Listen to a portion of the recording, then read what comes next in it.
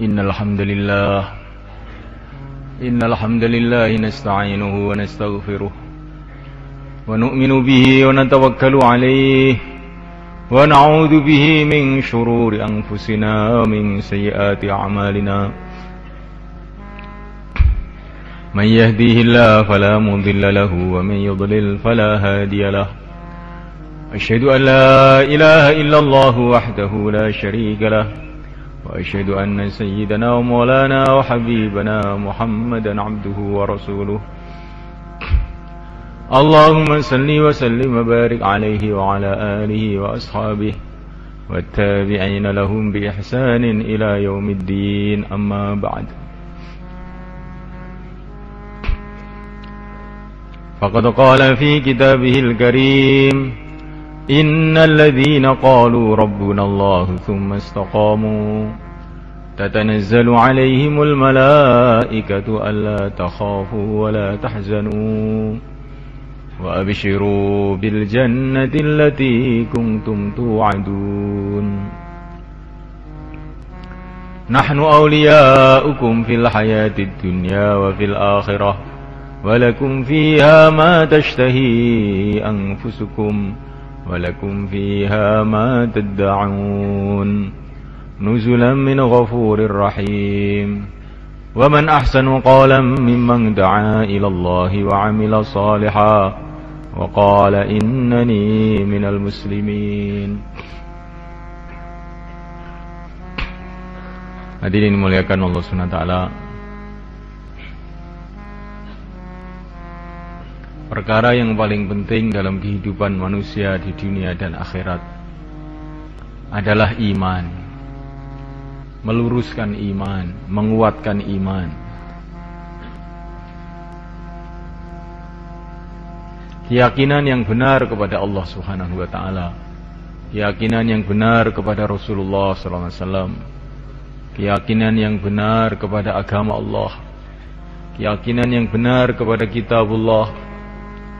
Keyakinan yang benar kepada para malaikat Allah. Keyakinan yang benar kepada negeri akhirat. Keyakinan yang benar kepada takdir Allah Subhanahu wa taala. Bila di dalam hati kita ini ada iman yang sahih, iman yang benar, baru kita ini ada nilai di sisi Allah Subhanahu wa taala. Ada harga di sisi Allah Subhanahu wa taala. Tapi bila seseorang ini tidak ada iman yang sahih dalam hatinya, walaupun dia ini orang kaya, walaupun dia ini orang yang tampan, walaupun dia ini seorang raja, maka sama sekali tidak ada nilainya, tidak ada harganya di sisi Allah Subhanahu wa taala. Dia ini hanya merupakan sampah-sampah saja yang akan dilempar ke dalam api neraka, tidak ada harganya. Tapi bila seseorang ini ada iman yang sahih dalam hatinya, inilah orang yang mulia yang sebenar-benarnya. Raja yang sebenar-benarnya adalah orang yang di dalam hatinya ada iman yang sahih. Kalau orang itu ada iman yang sahih, maka sebentar lagi, mungkin nanti malam, mungkin besok pagi, atau setelah itu dia akan dikirim ke surga Allah SWT, menjadi raja-raja di surga Allah SWT. Orang yang kaya yang sebenar-benarnya adalah orang yang ada iman yang sahih di dalam hatinya. Orang yang ada iman yang sahih, sebentar lagi, mungkin besok, mungkin lusa, atau setelah itu akan dikirim ke surga Allah menjadi orang yang kaya yang tidak ada batas kekayaannya. Hadirin dimuliakan Allah SWT, orang yang beruntung, yang sebenar-benarnya beruntung adalah orang yang iman. Imannya sahih kepada Allah SWT, iman sahih kepada Rasulullah SAW. Sebentar lagi dia akan dikirim ke surga, menghadap kepada Allah, dapat ridha Allah, berkumpul dengan para nabi, para rasul, para wali-wali Allah dalam kehidupan yang kekal abadi yang selama-lamanya. Tapi bila iman tidak ada atau iman tidak sahih, sudah tidak ada nilainya apa-apa. Memuliakan Allah Subhanahu wa taala, maka kita perlu lagi dan lagi mendengarkan pembicaraan masalah iman, berbicara masalah iman, usaha iman, mencari pengalaman iman. Pertama kali usaha iman ini adalah belajar mengenai lafaz iman, yaitu la ilaha illallah. Ini lafaznya iman, bahwa tidak ada yang berhak disembah illallah, selain Allah. Disembah itu apa yang dimaksud? Kata para ulama, disembah itu maksudnya adalah dicintai dengan sebenar-benarnya, ditakuti dengan sebenar-benarnya, sehingga ditundui dengan sebenar-benarnya. Itu namanya disembah. Yang berhak untuk dicintai dengan sebenar-benarnya hanyalah Allah Subhanahu wa taala. Yang berhak ditakuti dengan sebenar-benarnya hanyalah Allah Subhanahu wa taala. Yang berhak ditunduki dengan sebenar-benarnya hanyalah Allah Subhanahu wa taala.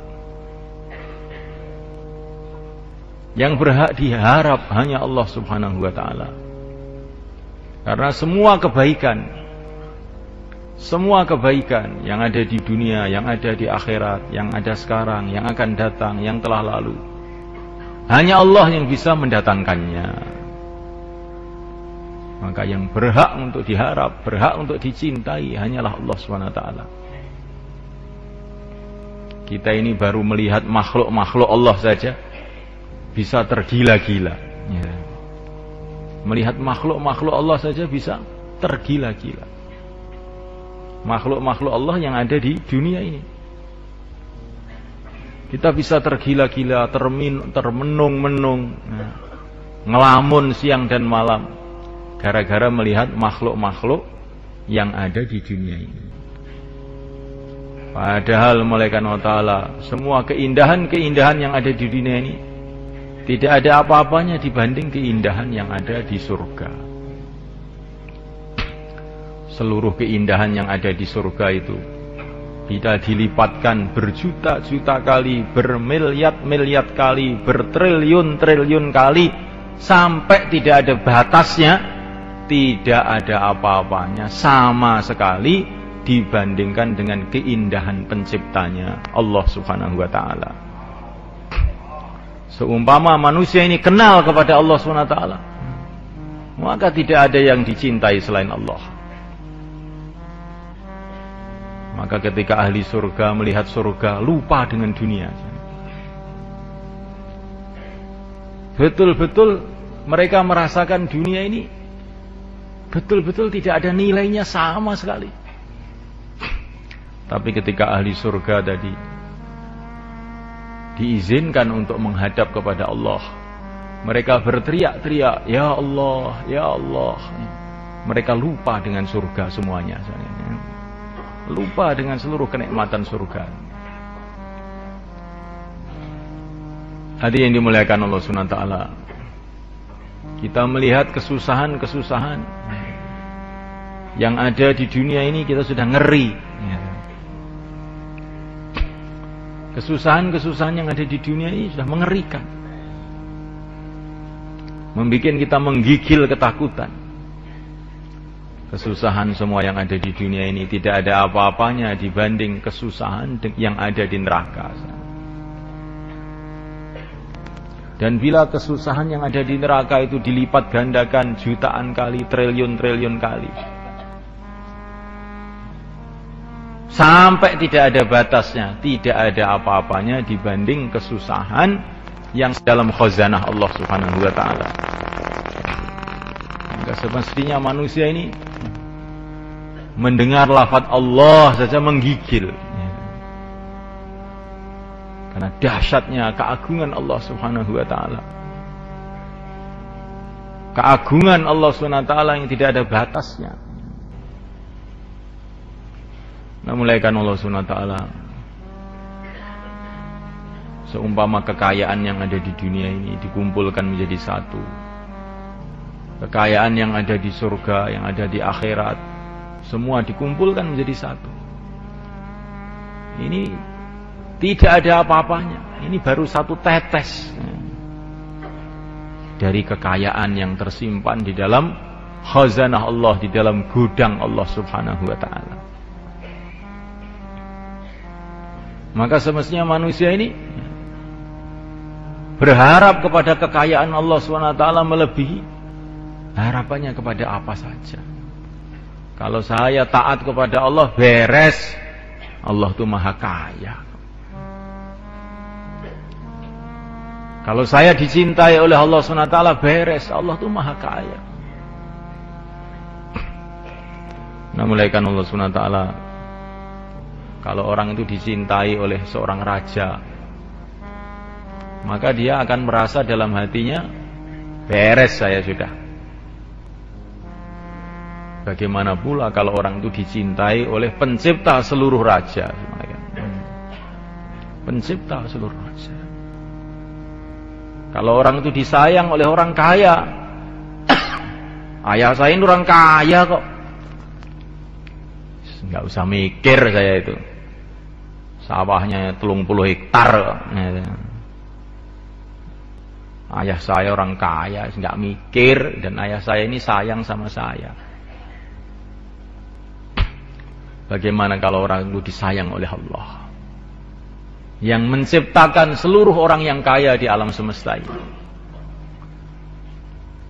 Semestinya dia ini akan menjadi tenang, tentram, bahagia, tidak khawatir apa-apa.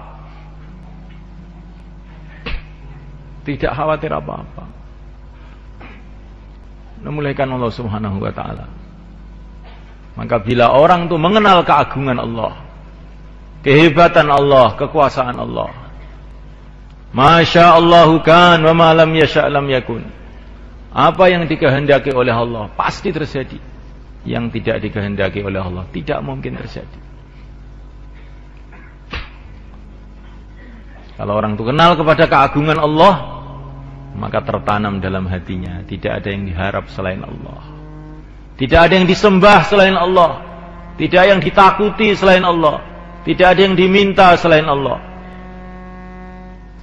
Mencintai Allah, mengagungkan Allah, takut kepada Allah, merasa dekat dengan Allah Subhanahu wa ta'ala.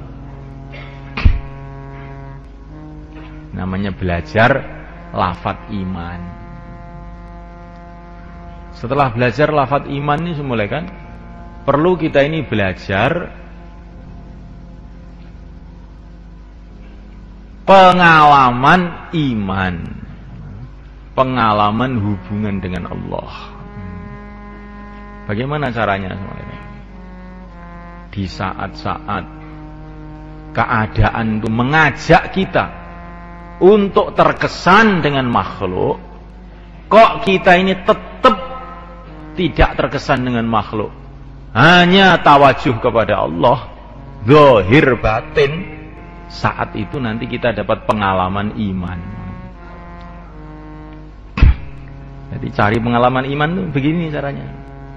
Di saat suasana-suasana semua itu mengajak kita untuk tawajuh kepada makhluk, berharap kepada makhluk, takut kepada makhluk, terkesan dengan keadaan, kok kita ini tawajuh terus kepada Allah, nanti pasti kita akan dapat pengalaman iman. Ini ceritanya dalam Al-Quran banyak. Ketika seorang ahlul iman dari keluarga Fir'aun, rajulun mu'minun min ali Fir'aun, dalam surat Ghafir,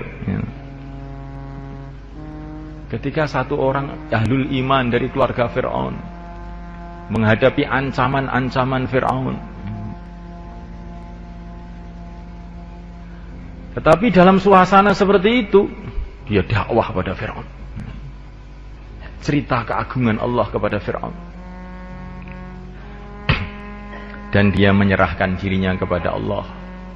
Wa ufawwidu amri ilallah, innallaha basirum bil ibad. Aku serahkan diriku kepada Allah. Allah maha tahu terhadap hamba-hambanya. wa ufawwidu amri ilallah. Innallaha basirum bil ibad. Aku serahkan diriku kepada Allah. Allah Maha tahu terhadap hamba-hambanya. Fabaqahullahu sayyiati ma makaru. Ketika orang iman dari keluarga Fir'aun tadi, dalam suasana semua itu mengajak takut kepada makhluk. Tapi dia ini tidak takut. Wa ufawwidu amri ilallah. Aku serahkan diriku kepada Allah. Akhirnya dijaga oleh Allah, ya, sehingga Fir'aun dengan pasukannya ya, tidak bisa berbuat apa-apa di depan orang ini. Ini ceritanya banyak. Para nabi, orang-orang iman dahulu, para sahabat diceritakan dalam Al-Quran. Alladzina qala lahumun nasu innan nasa qad jama'u lakum fakhshawhum fazadahum imana wa qalu hasbunallah wa ni'mal wakil. Datang orang-orang kepada para sahabat memberitahu, oh musuh-musuh sudah siap untuk mengganyang kamu semua. Ini suasana itu mengajak orang itu tawajuh pada makhluk, mengajak orang itu ketakutan kepada makhluk. Tapi para sahabat mengucapkan hasbunallah wa ni'mal wakil. Cukup Allah saja. Sebaik-baiknya yang diserahi segala urusan adalah Allah. Akhirnya datang pertolongan Allah kepada para sahabat. Yang dikhawatirkan, yang ditakut-takutkan tadi ternyata tidak bisa apa-apa. Pasukan-pasukan Mekah yang akan menyerbu sahabat malah pada pulang semua. Ini pengalaman para nabi dulu, pengalaman para sahabat dulu. Suasana mengajak untuk tawajuh pada makhluk, kok tidak mau tawajuh sama makhluk, tetap tawajuh pada Allah. Alamat ini akan dapat pengalaman iman. Seperti Nabi Musa juga, depannya lautan, belakang pasukan Fir'aun. Teman-temannya semua inna lamudrakun. Sudah, kami hancur. Suasana mengajak tawajuh pada makhluk, teman-teman mengajak tawajuh pada makhluk. Ya, tapi Nabi Musa, kalla inna ma'ya rabbi sayahdin. Jangan begitu, Tuhanku bersama aku. Inna ma'ya rabbi, Tuhanku bersama aku. Dia akan memberikan petunjuk pada aku. Akhirnya datang pertolongan Allah kepada Nabi Musa. Lautan dibelah menjadi jalan raya. Kalau dalam bayan begini mulai kan, memang semua mengajak tawajuh pada Allah. Ya enggak? Semua mengajak tawajuh pada Allah, terus kita tawajuh pada Allah. Ini bagus. Tapi yang lebih bagus lagi kalau kita ingin dapat pengalaman, suasana mengajak tawajuh pada makhluk, suasana mengajak berharap pada makhluk, takut pada makhluk, kok kita tetap tawajuh pada Allah. Nanti kita dapat pengalaman. Dapat pengalaman. Nah, mulaikan Allah Subhanahu wa taala. Ini orang mau jaulah. Ketika mau berangkat, tiba-tiba istrinya berteriak-teriak. Pak, ada apa? Ini anak kita hilang, Pak. Loh, hilang? Nah, bagaimana kok bisa hilang? Ya nggak tahu, tadi jalan-jalan di depan itu saya cari kemana-mana nggak ketemu. Ya saya mau jaulah. Ya penting jaulah apa penting anak? Katanya istrinya. Dia merenung. Kalau sudah ditanya begitu bagaimana kira-kira? Penting jaulah apa penting anak? Bingung ini. Bayan 20 tahun ini jadi lupa semua, ya kan? Direnung. Penting jaulah katanya. penting jauhlah, karena jauhlah ini perintah Allah. Kalau saya menjalankan perintah Allah, nanti akan dapat ridho Allah, dapat pertolongan Allah. Langsung jauhlah, jauhlah taskil, bentuk jamaah. Setelah bentuk jamaah mau kencing di belakang masjid, tiba-tiba ada orang berteriak-teriak, Pak, ini ada anak kecil di sini, anaknya siapa Pak ini? Balah, anak saya ini. Masya Allah. Jadi orang itu kalau suasana itu mengajak kepada makhluk, kok dia tetap tawajuh kepada Allah, itu nanti dia dapat pengalaman macam-macam.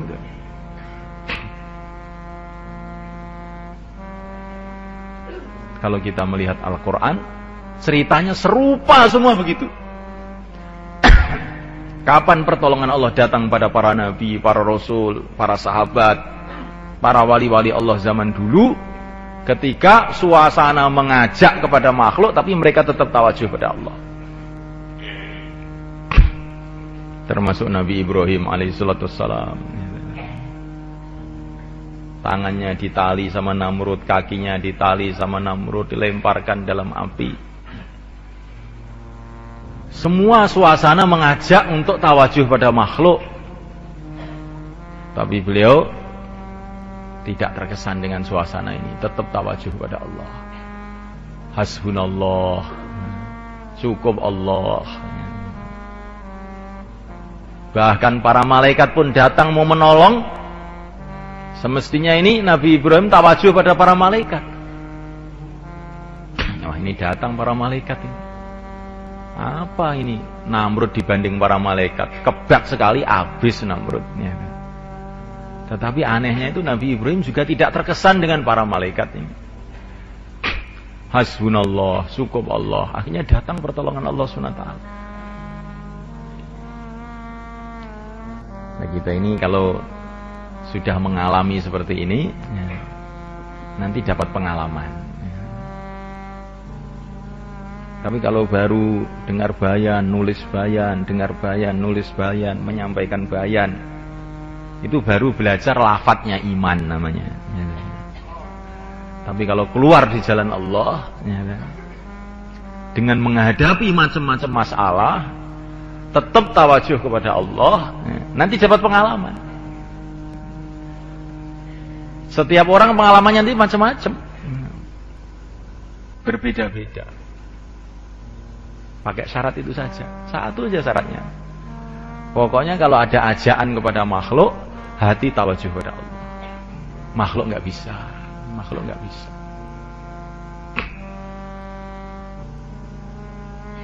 Nah, mulaikan Allah SWT. Nabi Yusuf alaihissalam digoda sama Zulaikha, wanita yang tercantik pada zaman itu. Pintu-pintu dikunci. Wa qalat haytalat. Mari ke sini, mari ke sini. Tapi Nabi Yusuf tawajuh pada Allah. Ma'adallah, innahu rabbi ahsana mathwaya. Ma'adallah, aku berlindung kepada Allah. Langsung beliau lari. Tiba-tiba pintu-pintu yang terkunci tadi pada terbuka sendiri sebenarnya. Jadi orang itu kalau tawajuh pada Allah, terus walaupun suasana sudah mau kejungkir itu ya, ada aja jalan keluarnya. Ada aja jalan keluarnya. Tapi kemudian Zulaikha bikin masalah, bikin fitnah-fitnah, laporan kepada suaminya, ini Yusuf ini, dia menggoda saya, macam-macam. Akhirnya apa yang terjadi semula kan? Nabi Yusuf orang tawajuh pada Allah. Tiba-tiba itu ada bayi di rumah itu ngomong. Yang biasanya nggak pernah ngomong, lo ngomong. Bayi masih digendong, belum bisa ngomong, tahu-tahu ngomong. Itu Yusuf itu, kalau bajunya sobek dari depan, berarti Zulaikha benar. Kalau sobek dari belakang, Zulaikha salah, yang benar Yusuf. Ternyata sobeknya bajunya Nabi Yusuf itu dari belakang. Akhirnya suaminya Zulaikha ini paham, oh istri saya yang keliru. Istri saya yang keliru. Jadi orang itu kalau dituduh macam-macam itu nggak usah mengelak, tawajuh aja sama Allah, ma'adallah, tawajuh pada Allah. Nanti ada yang membela sendiri. Sampai bayi pun bisa membela nanti. Ini orang dakwah begini, orang dakwah begini, bikin masalah, bikin kerusakan, bikin astagfirullahaladzim. Tawajuh pada Allah saja. Nanti kan orang lain yang Allah gerakkan untuk membela. Nanti bisa bayi-bayi ngomong nanti.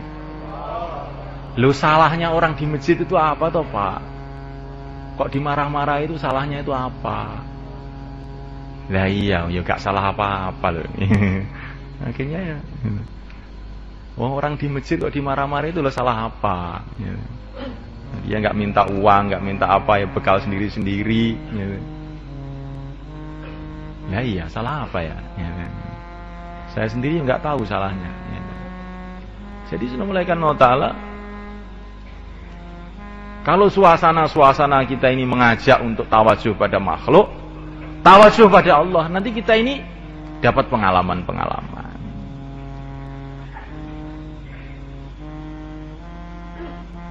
Jangan kalau ingin marah dilampiaskan marahnya, ingin membela diri dilampiaskan pembelaannya. Itu nanti kita ini nggak dapat pengalaman iman.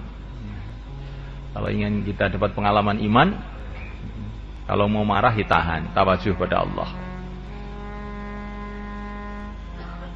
Nanti Allah Subhanahu wa Ta'ala akan berikan macam-macam nusrohnya kepada kita. Allahu waliyyu man sakat. Katanya para ulama, Allah itu akan membela orang yang diam. Allahu waliyyu man sakat. Allah itu membela orang yang diam. Jadi kalau orang itu dicaci maki begini wis diam, nanti Allah yang membela. Tapi kalau kita ini ganti juga marah, nah nanti kita pertandingan tinju, ya, pertandingan tinju. Ya. Jadi tontonan orang. Maka satu hari ada orang mencaci maki Abu Bakar, dicaci maki begini. Nabi mendengar itu senyum aja. Lama-lama Abu Bakar nggak tahan, ganti mencaci dia. Maka Nabi langsung marah dan pergi. Maka Abu Bakar terkejut, kenapa ya Rasulullah engkau pergi? Ketika kamu tadi dicaci maki diam saja.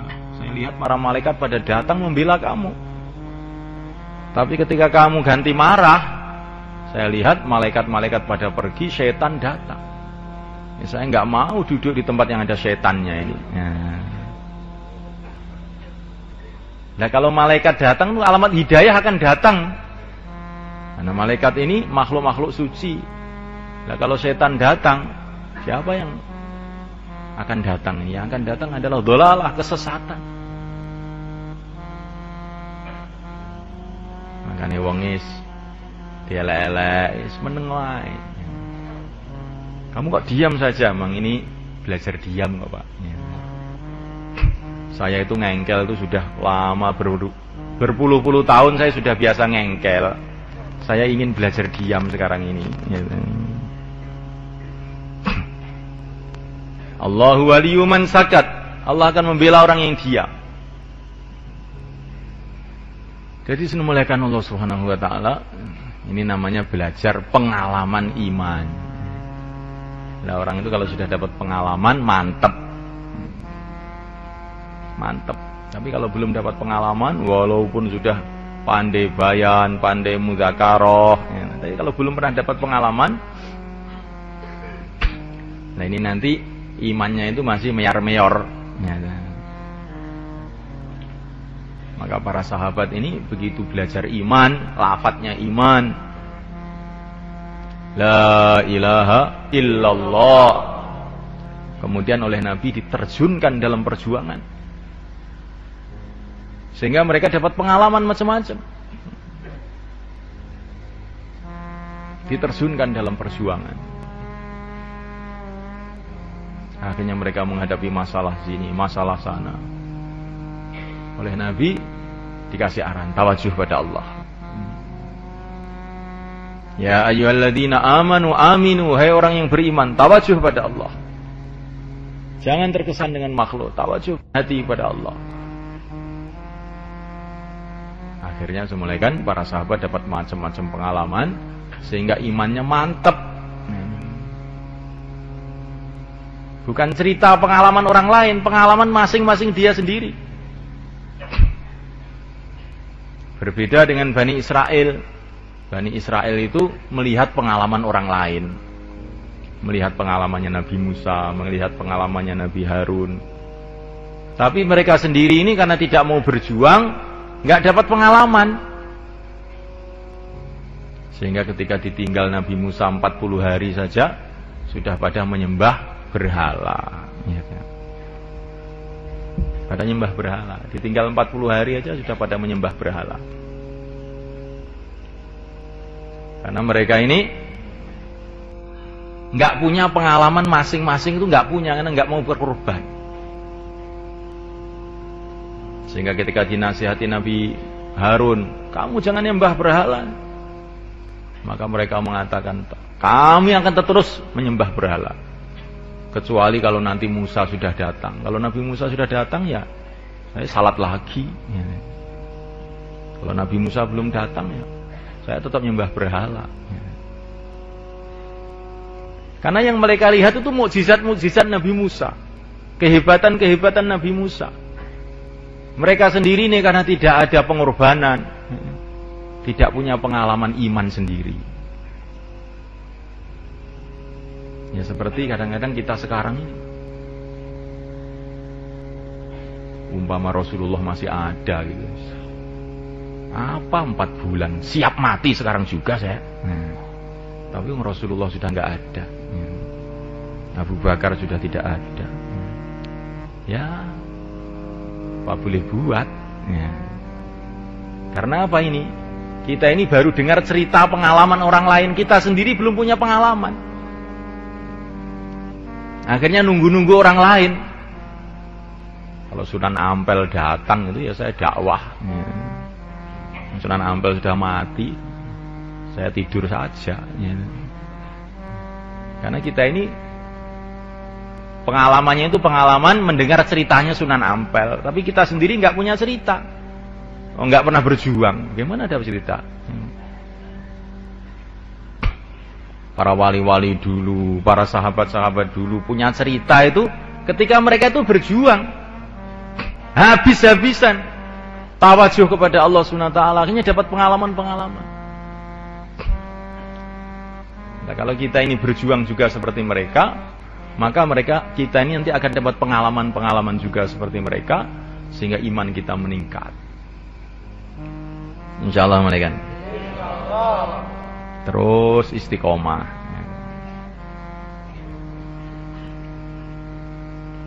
Teman ada, teman nggak ada. Orang menerima, orang tidak menerima, keadaan sehat, keadaan sakit, keadaan berat, keadaan ringan, terus jalan dengan istiqomah dan dengan tertib. Apa-apa dimusyawarahkan, karena amalan dakwah ini tanpa musyawarah ini seperti sholat nggak wudu, ya kan? Dakwah itu harus pakai musyawarah. Apa-apa dimusyawarahkan. Jangan pakai pikiran sendiri. Nah, mulaikan Allah Subhanahu wa taala. Maka ini penting kita sadari. Amal itu kalau amal istimai, amal bareng-bareng itu harus musyawarah. Wa amruhum syura bainahum. Terus istiqomah dengan musyawarah, terus istiqomah. Nanti lama-lama dapat pengalaman sehingga iman kita naik. Nah, tandanya iman naik itu bagaimana? Tandanya itu mulai seneng dengan sholat. Bukan sholat, seneng dengan sholat. Punya keyakinan di dalam hati, dengan sholat saya selesai masalah. Nanti kalau saya sholat selesai masalah. Ini tandanya iman. Benar. Karena sholat ini menghadap kepada Allah, pencipta alam semesta, penguasa dunia akhirat. Saya ada masalah dengan ayah saya, Pak. Ayah kamu itu yang memegang hatinya Allah. Kamu sholat. Mertua juga begitu, Pak. Itu istri saya itu dipengaruhi mertua saya. Oh begitu. Mertua kamu, istri kamu, hatinya di tangan Allah. Kamu sholat. Tapi kalau sholat tawajuh kepada Allah, jangan tawajuh sama mertua. Nanti karena ada masalah dengan mertua, mulai Allahu Akbar sudah mertua di dalam hatinya itu. Enggak merasa menghadap pada Allah, menghadap pada mertua. Akhirnya tidak ada nilainya sholatnya itu tadi.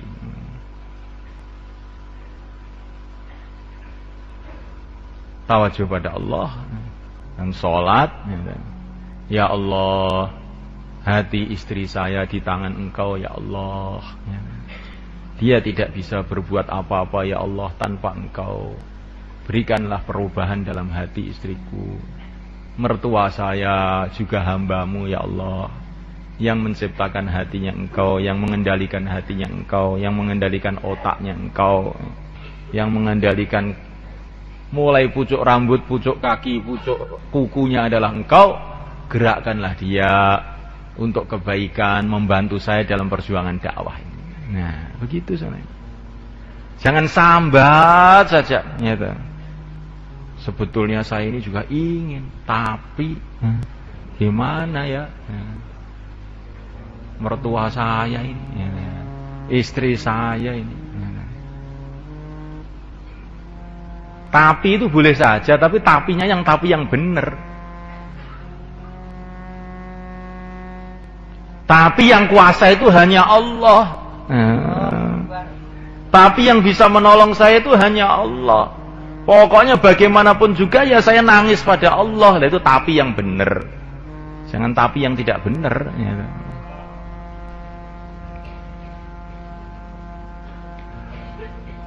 Nah, mulaikan Allah Subhanahu wa taala sholat untuk menyelesaikan masalah. Orang dikasih kesempatan menghadap pada Allah 5 kali, kok masih bingung saya banyak masalah. Lebih itu jadi. Hamilu hawaijakum alal maktubat. Dalam satu riwayat hadis, bawalah hajat-hajat kamu itu di dalam sholat-sholat fardu. Wah, ini Allahu Akbar, kesempatan menyelesaikan masalah saya ini. Ya, gitu loh. Ini kesempatan menyelesaikan masalah. Menghadap pencipta alam semesta, penguasa jagat raya. Selesai masalah ini. Kalau orang menghadap kepada Allah, kemudian dia ini dalam hati ada rasa belum cukup untuk menyelesaikan masalah dia, maka imannya berarti sudah rusak. Rusak. Gawat, rusak berat ini namanya. Menghadap kepada Allah kok belum merasa bisa selesai. Nah, siapa yang akan bisa menyelesaikan kalau Allah nggak menyelesaikan?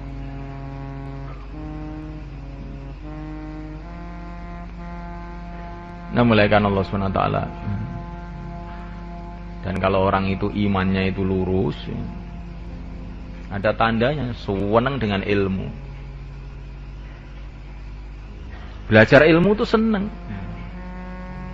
Karena apa? Ilmu itu untuk mengetahui apa perintah Allah, apa larangan Allah, apa adab sopan santun hidup di bumi Allah, di depan Allah, didengar oleh Allah. Jadi belajar ilmu itu bukan supaya dipanggil jadi ustadz, bukan. Bukan disekatakan ini Pak Kiai ini karena sudah ngaji 20 tahun ini. Bukan itu maksudnya. Bagi orang beriman tuh ilmu itu penting karena untuk supaya tahu perintah Allah itu apa. Saya ini disuruh apa? Saya ini hamba Allah, tinggal di bumi Allah, di bawah kolong langit Allah. Terus sekarang ini saya ini disuruh oleh apa? Disuruh apa oleh Allah?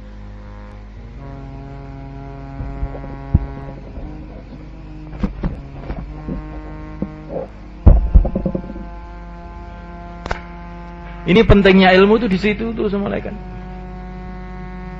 Jadi ilmu ini bukan untuk anak-anak kecil, bukan untuk santri saja. Ya. Untuk seluruh orang beriman, ilmu itu penting. Ilmu itu penting. Baik ilmu masail maupun ilmu fadhail ya penting. Sekemampuannya. Kita harus ada semangat untuk mencari ilmu.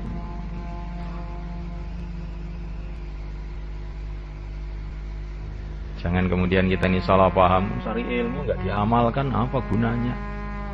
Ya kalau tidak ada ilmunya, ngamalkannya bagaimana? Ya kan? Wong sudah punya ilmu aja masih sulit mengamalkan, apalagi nggak punya ilmu, tambah belas, ya kan? Tambah sama sekali jadinya. Ya kan? Jadi kita ini jangan menjadi orang yang anti ilmu. Wah, ini keliru malah kan. Ya kan? Yes, ngene iki aku wis. Karena mencari ilmu itu Masya Allah, ilmu agama itu semulaikannya. Baru mencari saja sudah dapat pahala. Tidak paham pun dapat pahala. Kan aneh ilmu agama itu. Baru berangkat saja malaikat-malaikat sudah menghormat kepada kita. Malaikat Allah SWT. Maka taklim di rumah, taklim di masjid dikuatkan malaikat. Saya sudah hafal tuh fadilah amal, sudah hafal. Sehingga setiap taklim tidur. Ini bukan masalah hafal. Masalahnya itu kalau kamu berangkat itu loh, malaikat-malaikat itu hormat kepada kamu.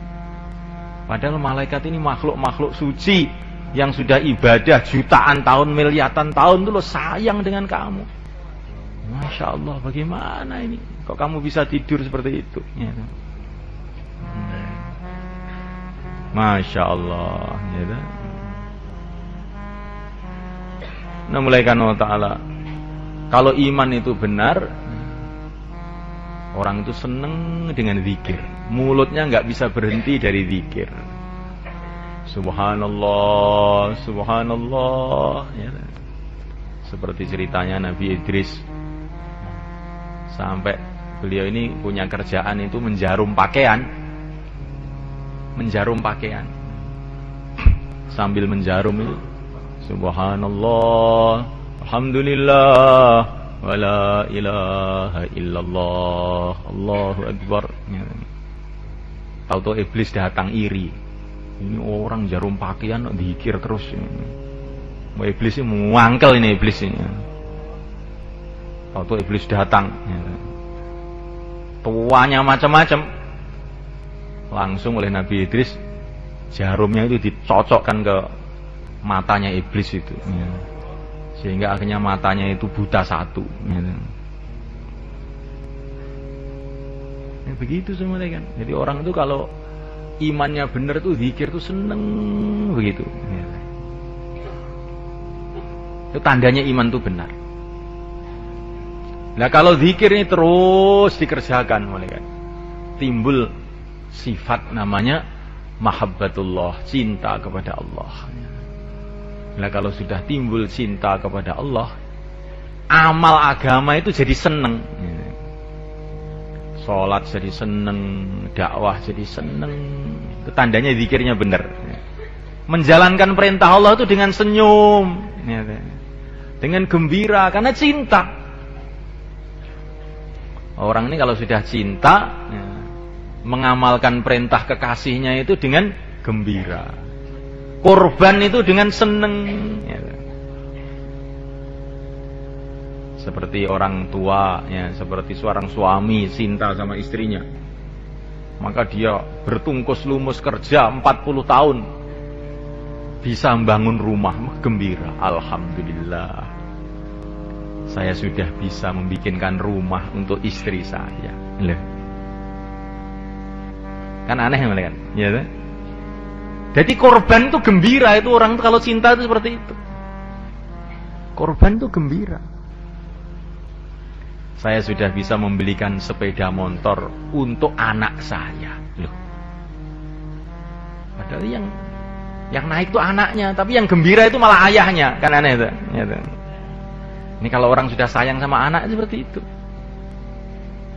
Nah kalau orang sudah cinta sama Allah, Masya Allah, amal agama itu nikmat, sampai nggak teringat pahalanya. Amal itu sendiri sudah dianggap satu kebahagiaan. Seperti Sayyidina Abu Bakar, korban semua. Habis laporan sama Nabi, ya Rasulullah, yang bisa saya korbankan hanya ini, sudah habis. Nanti kalau ada lagi mau saya korbankan lagi. Nah, ini orang itu kalau cinta itu korban itu seneng. Alhamdulillah bisa korban. Tapi kalau belum ada mahabbatullah, kecintaan ini, amal juga, tapi dengan melerut, ya, dengan cemberut, dengan berat. Ya, dulu para sahabat ini cintanya ini sudah luar biasa. Cintanya kepada Allah, cintanya kepada Rasul. Sehingga amal itu dengan gembira. Dalam medan pertempuran, ditusuk dadanya oleh orang kafir, tapi mereka berteriak, "Fustu wa rabbil Ka'bah." Beruntung aku demi Tuhannya Ka'bah. Ya, karena saya sudah bisa korban. Ya, karena sudah bisa korban, beruntung saya. Nah, ini para sahabat. Di korban itu seneng. Apa senengan kamu Abu Bakar? Senengan saya itu kalau saya bisa mengorbankan harta saya untuk Allah dan Rasulnya. Apalagi kalau bisa mengawinkan anak saya dengan Rasulullah. Ya. Jadi pokoknya apa yang bisa korban itu jadi gembira itu Abu Bakar. Semoga kita begitu juga, malaikat. Nah kalau amal sudah cinta ini, malaikat, sholat satu malam nggak terasa, ya, orang sudah seneng. Ya. Seperti ceritanya Fudail ibnu Iyad, dia ini punya kekasih seorang wanita, malaikat. Maka dia ini malam-malam hujan-hujan pergi ke rumahnya kekasihnya itu. Tapi orang zaman dulu, malaikat, mau masuk rumah nggak berani. Ya, mau assalamualaikum juga nggak berani, dia cuma berdiri aja di halaman itu. Padahal hujan-hujan, nggak terasa sampai pagi. Ya. Cuman berdiri aja. Maju nggak berani, mundur sayang. Ya. Sudah berdiri aja. Maka ketika subuh, hayya 'alas shalah, sholatu khairum, terkejut ya. Loh, sudah subuh. Maka dia ini menangis, Masya Allah. Gara-gara cinta makhluk, saya berdiri semalam suntuk di sini nggak terasa. Seumpama ini untuk cinta kepada Allah kan jadi wali saya ini. Sudah mulai malam ini saya mau berdiri semalam untuk Allah. Ya. Akhirnya jadi wali. Ya. Akhirnya jadi wali, begitu. Jadi kalau kita ini terlanjur mencintai dunia, mencintai makhluk, maka kita ini coba merenung. Saya ini bisa mencangkul di sawah mulai pagi sampai sore. Masya Allah, malu saya sama Allah. Kalau besok saya mau jaulah mulai pagi sampai sore saya. Ya. Bagaimana jalan? Akhirnya kesalahannya malah jadi barokah, itu kayak begitu. Kayak Fudail ibnu Iyad tadi. Pertama kali cinta kepada makhluk, tapi tahu-tahu dibalik jadi cinta kepada Khalik. Ini diantara tanda-tanda zikir masuk dalam hati itu begitu. Amal seneng. Nah, mulaikan Allah Subhanahu wa taala. Dan orang itu kalau imannya benar, mulaikan akhlaknya mesti baik. Nggak bisa tidak.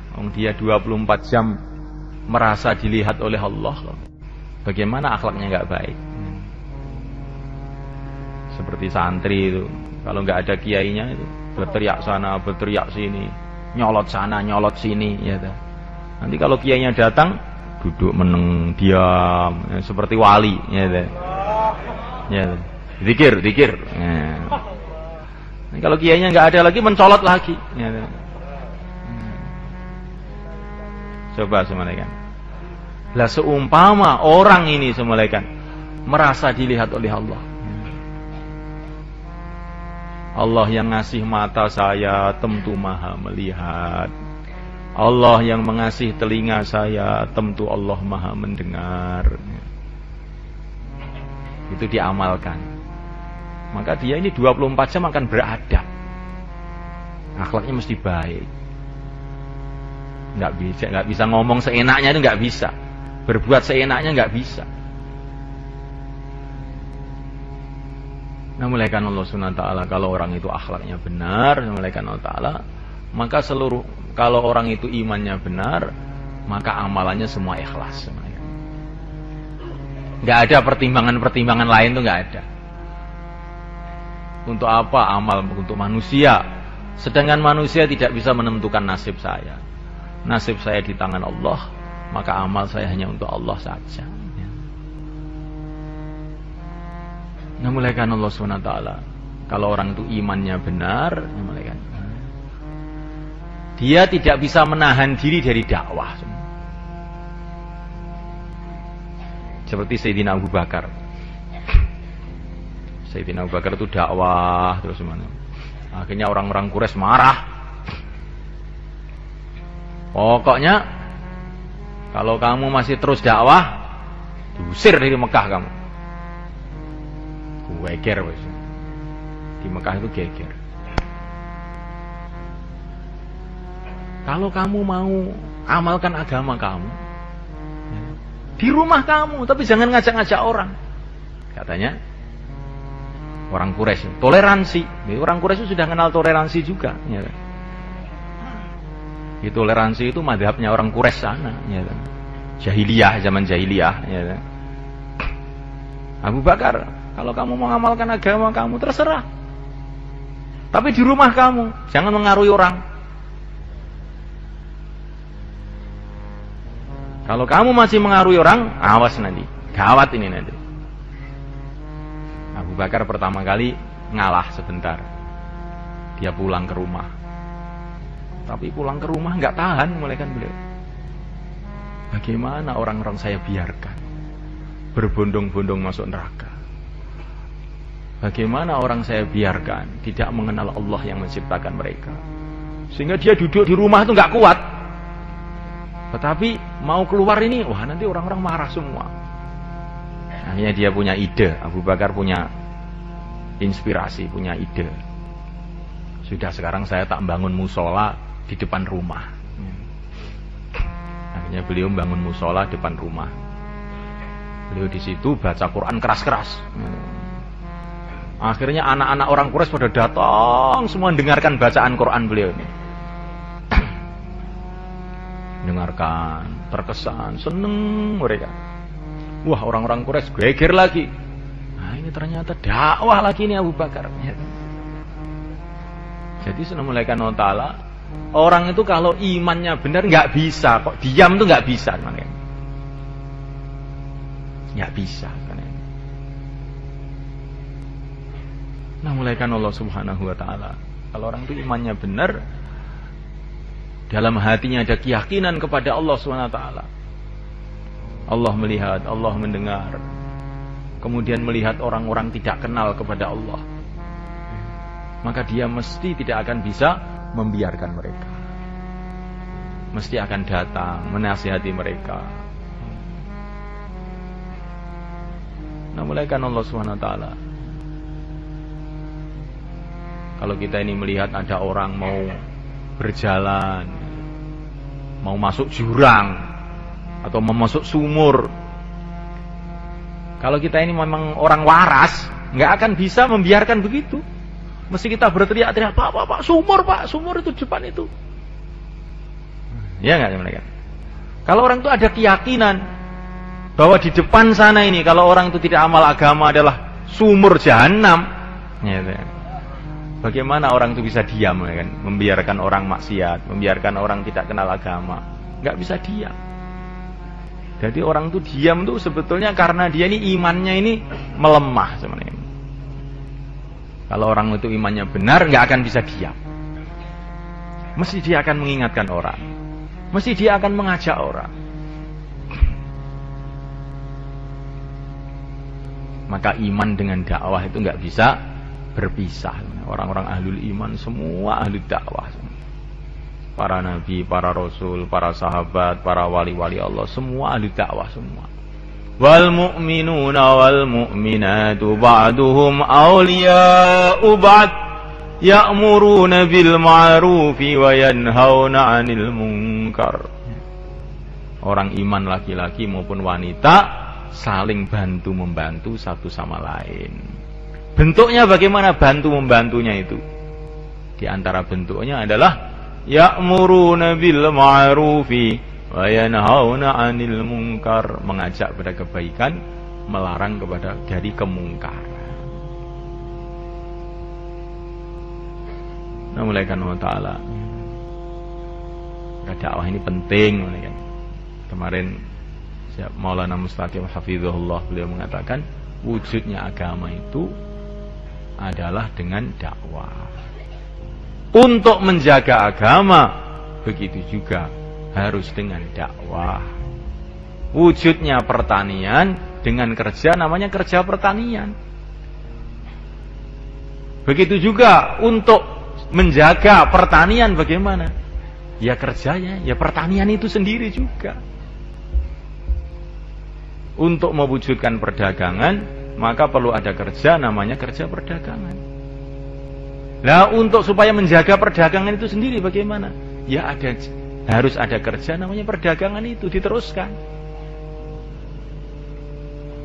Jadi kalau semulaikan kita ini bertani, sudah wujud kerja pertanian.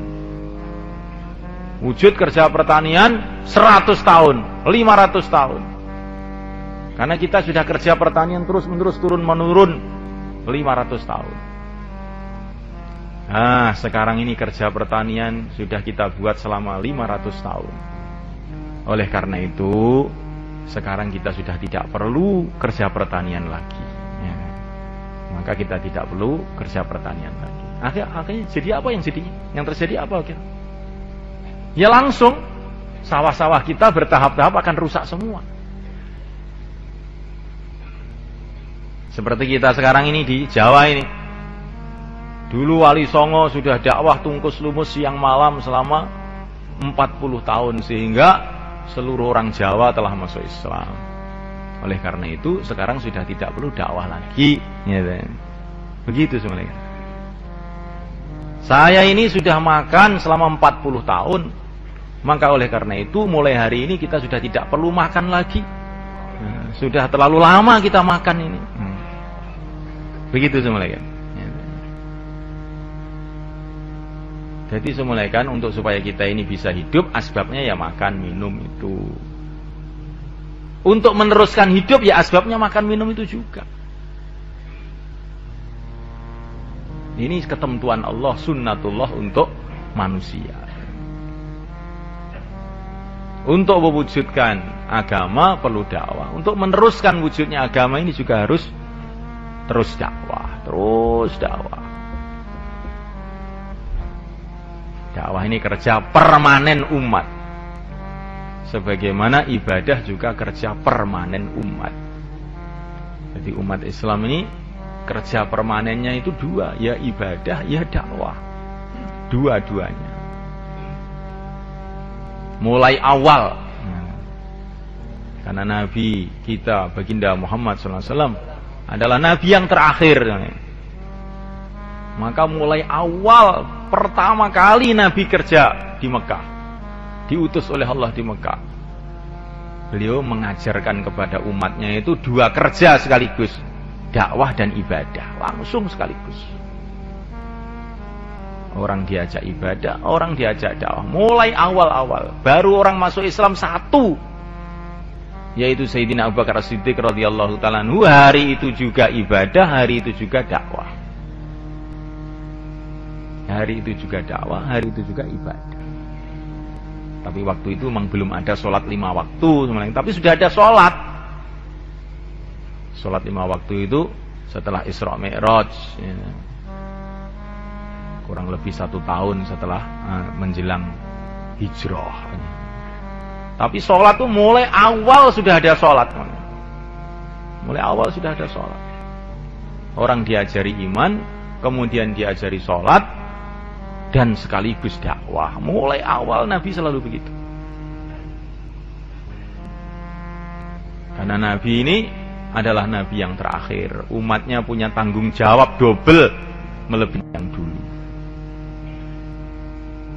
Apakah umat-umat yang dulu tidak dakwah? Umat-umat yang dulu dakwah juga, tapi tanggung jawabnya tidak seperti umat ini. Umat-umat yang dulu dakwah. Orang yang mengatakan umat dulu hanya ibadah itu keliru besar, kan? Dalam Al-Quran banyak juga cerita umat-umat dulu dakwah juga. Tetapi tanggung jawabnya tidak sebesar umat ini. Karena umat dulu itu Nabi wafat, datang Nabi lagi, Nabi wafat, datang Nabi lagi, Nabi wafat, datang Nabi lagi. Sehingga tanggung jawabnya itu tidak sebesar umat ini. Kalau umat dulu itu umpamanya berpikir, alah saya tak istirahat dulu, nunggu Nabi datang, itu masih boleh itu, gitu. Karena memang Nabi akan terus datang, ada lagi Nabi, datang Nabi lagi. Jadi nunggu-nunggu itu boleh kalau umat dulu itu. Karena pintu kenabian belum ditutup. Tapi kalau umat ini, nunggu tidak boleh. Harus cash sekarang juga. Nah, nunggu apa kamu? Nunggu Nabi lagi. Itu Nabi Tangerang itu nanti. Ya, Nabi palsu. Ya, jadi tidak akan ada Nabi lagi. Maka kita di dalam dakwah ini tidak boleh menunggu-nunggu. Berangkat cash sekarang juga. Insya Allah malaikat. Nah, apalagi ini menjelang Ramadan. Amalan-amalan dalam bulan Ramadan dilipat gandakan oleh Allah SWT. Ramadan bulan hidayah. Banyak sekali hidayah-hidayah besar datang dalam bulan Ramadan. Oleh karena itu semulaikan Allah Ta'ala, Ramadan ini kita jadikan bulan ibadah juga bulan dakwah. Begitu Nabi dulu menggunakan Ramadan. Ramadan untuk iktikaf, Masya Allah, jungkung ibadah. Tapi Ramadan juga untuk keluar di jalan Allah, pergi ke Badar, Fathu Makkah. Bulan Ramadan juga seluruh orang Mekah masuk Islam dalam bulan Ramadan. Jadi Ramadan itu jangan ada pikiran poso ya, pokoknya karo keluarga ning omah menikmati bulan puasa. Nah, mulai kan Allah SWT menikmati bulan puasa itu dengan cara yang ditunjukkan oleh Rasulullah SAW. Ini namanya menikmati bulan puasa. Kalau puasa di rumah itu sudah biasa, ya. Tapi kalau puasa di jalan Allah itu baru luar biasa. Insyaallah malaikat. Nikmatnya nanti tambah lagi malaikat. Nikmatnya tambah lagi. Maka bulan Ramadan, bulan ibadah, bulan dakwah. Bulan memakmurkan masjid. Bulan silaturahim. Karena dalam bulan Ramadan ini hati-hati manusia dilunakkan oleh Allah. Kesiapan umat untuk menerima hidayah itu tambah besar dalam bulan Ramadan. Oleh karena itu kita gunakan bulan Ramadan itu untuk keluar di jalan Allah. Insyaallah malaikat. Maka yang niat 40 hari sekarang dinaikkan jadi 4 bulan. Silakan berdiri malaikat. Monggo. Nah, silakan malaikat. Yang mau keluar 4 bulan malaikat, 4 bulan. Langsung ke sana malaikat. Yang mau keluar 4 bulan, 40 hari, nah, silakan ke sana. Selatan semua. Monggo Pak, sibede medal Pak, sekawan dosa dinten, sekawan wulan, monggo jumeneng sedaya Ramadan, nggih. Kathah rencang-rencang kita sing wingi Ramadan tesih teng mriki. Sakniki pun dipanggil oleh Gusti Allah gitu. Kesempatannya 4 bulan, 40 hari. Nah, silakan mulaikan. Pelajar-pelajar SMP, SMA, STM, mahasiswa, ini juga ada perayaan menjelang Ramadan ini. Gunakan perayaannya itu untuk fisabilillah. Monggo Pak, 4 bulan, 40 hari, pinten-dinten mawon nak, pinten-dinten mawon monggo jumeneng. Sebulan, 10 hari. Monggo. Pinten-dinten mawon jumeneng idul saya, Pak.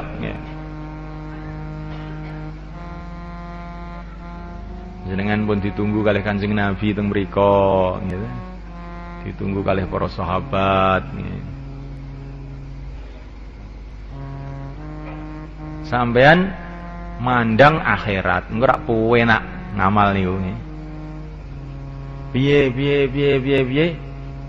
Piye sawahku, piye omahku. Mabot yang ngene Pak nggih, nggih. Tapi piye akhiratku engko enteng, gitu. Nek wong iki muni piye akhiratku, ngamal enteng. Tapi wong mikir piye donyaku, lha engko dadi abot. Monggo jumeneng Pak, monggo. Pinten-dinten mawon pun nggih. Wis paling sithik 10 dina lah nggih. Ben awal Ramadan iki ben imane niku dikencengi. Monggo.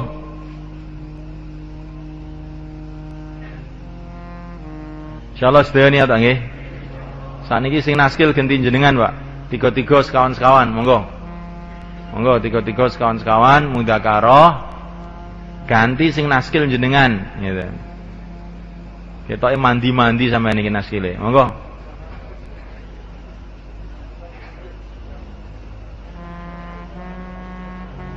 Napa sing kita mirengaken wau dibaleni malih, Pak? Monggo.